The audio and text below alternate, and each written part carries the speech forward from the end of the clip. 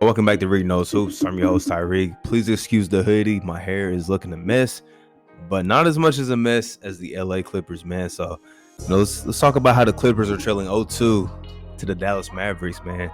They look bad right now. So be sure to leave a like, subscribe if you're new. It's a channel where we talk about NBA basketball. So if you love hoops, this is the place for you.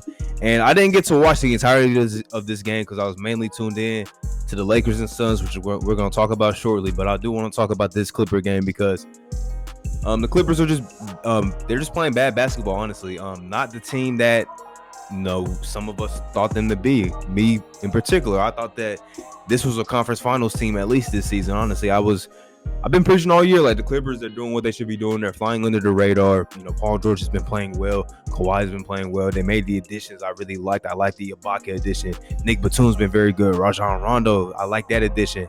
And the Clippers kind of resorted to their old ways today, man. Kawhi played sensational, and we're going to talk about the Mavericks because they deserve a lot of credit. But let's get the Clippers talk done first because I got so much to say. Kawhi was sensational. He had 41 points. He kept his team pretty much in the game in the first half along with Reggie Jackson. And, they played very well together in that first half. And then Paul George, he had a pretty good game. But there were some times down the stretch where he just made some eerie decisions, in my opinion. Like one that really sticks out to me was he had Porzingis on the switch, top of the key. And instead of, trying to get past him, put him on skates, get to the basket, just kind of settle for, a step back three. And it was a pretty poor shot. Give credit to Porzingis for moving his feet pretty decently, but it's Paul George. He can get by Porzingis if he really wanted to. That was just a bad decision in my mind. And then the other thing, I don't know if this is as much on Paul George or maybe it is just the philosophy of how Tyronn Lue wanted to play the pick and roll against Luka, but let's just get to the situation. Pat Bev gets subbed back into the game.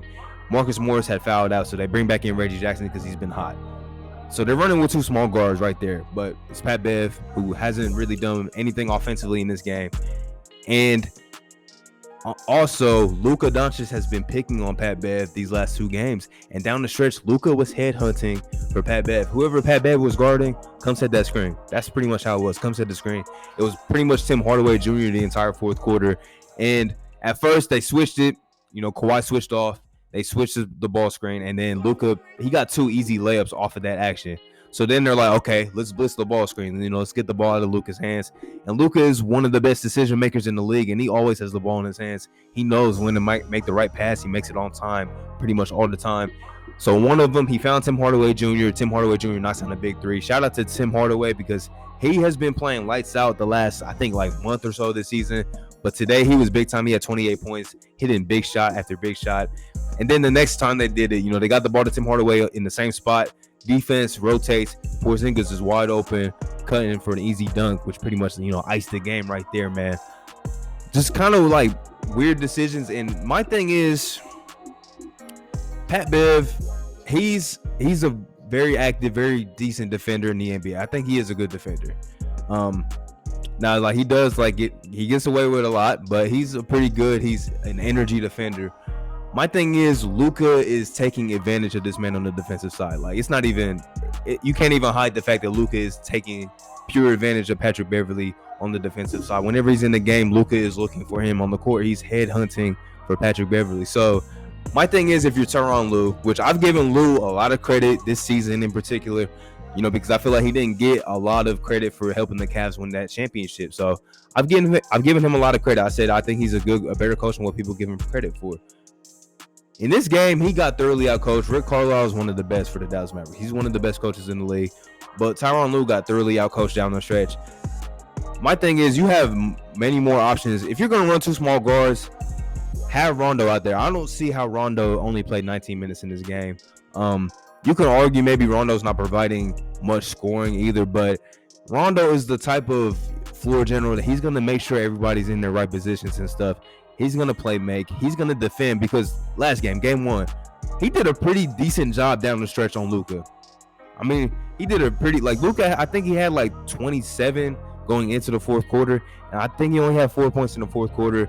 And correct me if I'm wrong, they might have all been free throws. So he did a very good job on the defensive end against Luka in that first game in the fourth quarter. But if you're going to run two small guards, Reggie Jackson's high. I can understand having him on the court. Have Rondo on the court because Rondo's going to provide something on the offensive side. Patrick Beverley wasn't providing anything on the offensive side.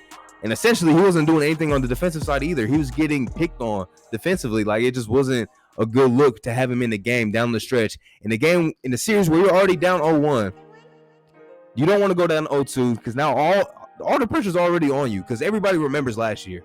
All the pressure is already on you. Now it's just magnifying the pressure even more, man. So I did not agree with that decision at all. And if you don't want to run the two small guards, you have Nick Batum, who has shown even at his age, he's a very solid vet and he can make plays on both sides of the floor as well. So I just don't understand the decision to have Patrick Beverley in the game.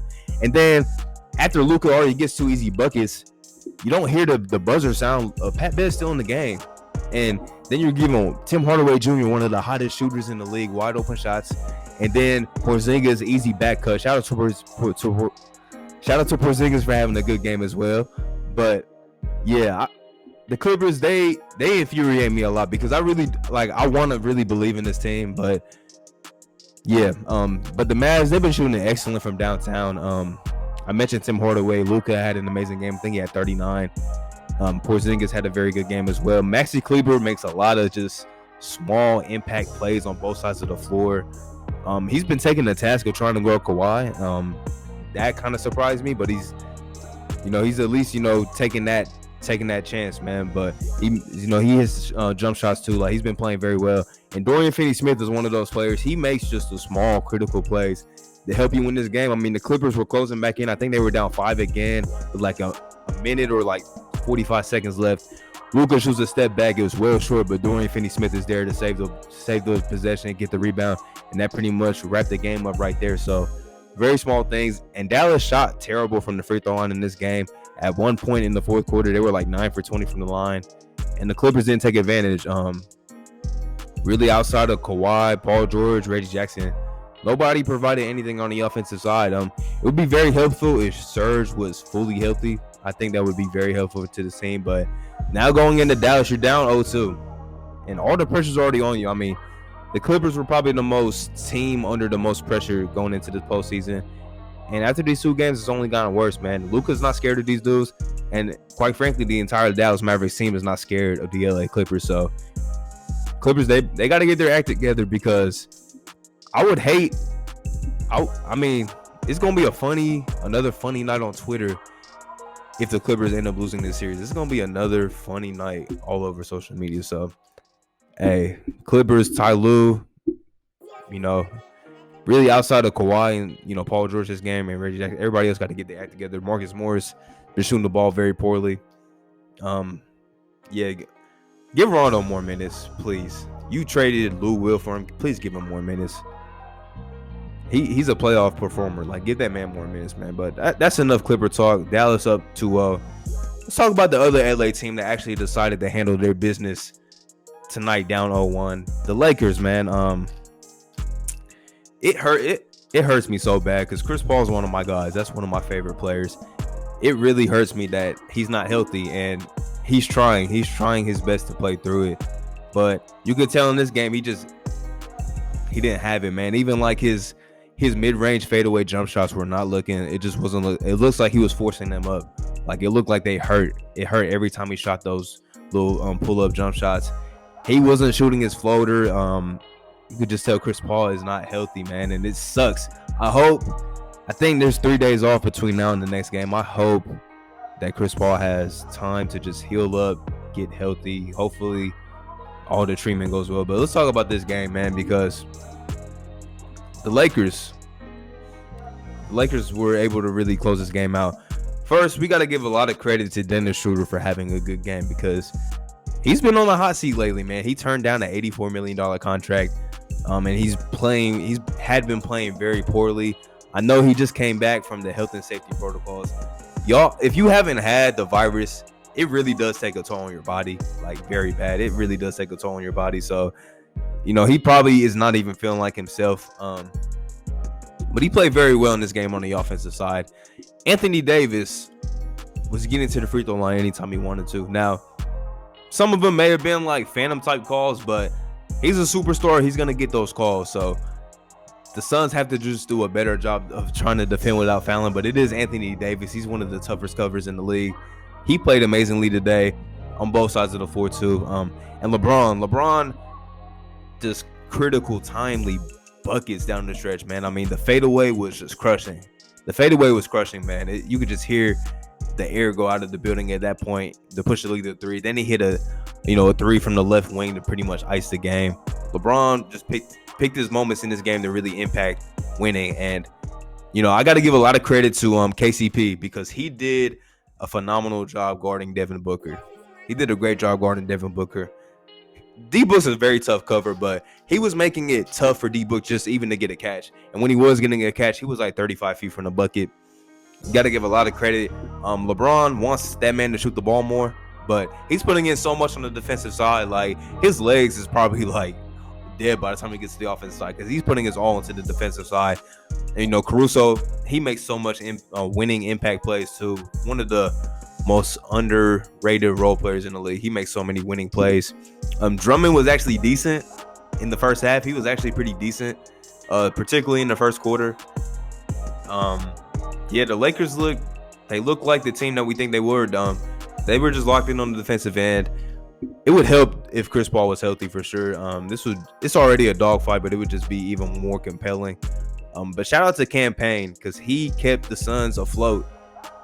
When Chris Paul couldn't play, he kept the Suns afloat. Him, DeAndre Ayton were playing exceptional basketball. I mean, their pick and roll looked just almost as good as Chris Paul and DeAndre Ayton. But Cam Payne played really well. He helped keep the Suns in this game. But once it got down to that 3-minute mark, the 2.5-minute mark, this is like, okay, you can tell the impact that Chris Paul has because the Suns just weren't getting good shots. They couldn't get the ball into DeAndre Ayton in the post when he had Caruso on him. It was just like, man, like you see how Chris Paul impacts winning, and having him on the court in those times, we might be looking at a 2-0 series. We really might, but the Lakers are able to even it up, and now they're going to LA 1-1 series. This is still going to be a dogfight. Hopefully Chris Paul can get healthy, but this has been the most entertaining first-round series so far, in my opinion. I've enjoyed both games so much. This has been a great series so far. And I hope it goes to full 7 because I would love 7 games of this, man. But let's talk about the Nets blowing out the Celtics. I just like Jason Tatum went out. The Celtics have no chance if Jason Tatum doesn't play. That's all I'm going to say. But it's good to see the Nets getting some reps together. This is a good little series for them because the Celtics aren't going to put any pressure on the Nets to potentially blow the series at all. So this is just good to get KD, Harden, Kyrie, Blake, and them reps together. So it's looking promising for the Nets, but I'm gonna be intrigued, man. If I'm gonna jump to some games from yesterday, if Milwaukee gets out of this first round series, that's gonna be a great second round series between the Nets and the Bucks. The Bucks look different. They really look different, man. There's just a different level of toughness with this team, man. And game 1, they withstood the Heat comeback. They withstood it. Game 2, they punched them in the mouth, bro. They punched Miami in the mouth. And Jimmy Butler and Bam, they got to be better if Miami has any chance of winning this series. It doesn't look promising at all for them because it seems like the Bucks have them figured out, but it's a long series, man. I mean, we've seen the Bucks go up 2-0 before, look very dominant in the first 2 games, and end up losing the next 4. Like, we still don't know. This could be the same old Bucks team, but I don't know. I don't think it is, though, because I think Drew Holiday just brings a different level of leadership, a different level of toughness. PJ Tucker also brings a different level of toughness for the Bucks. But, man, the playoffs have been great so far. So, be sure to hit the subscribe button, man, because we definitely going to be here talking about a lot of playoff basketball. Almost to 200 subs, man, but I can't get there unless y'all hit subscribe. But appreciate y'all for tuning in. I'm out, y'all. Peace.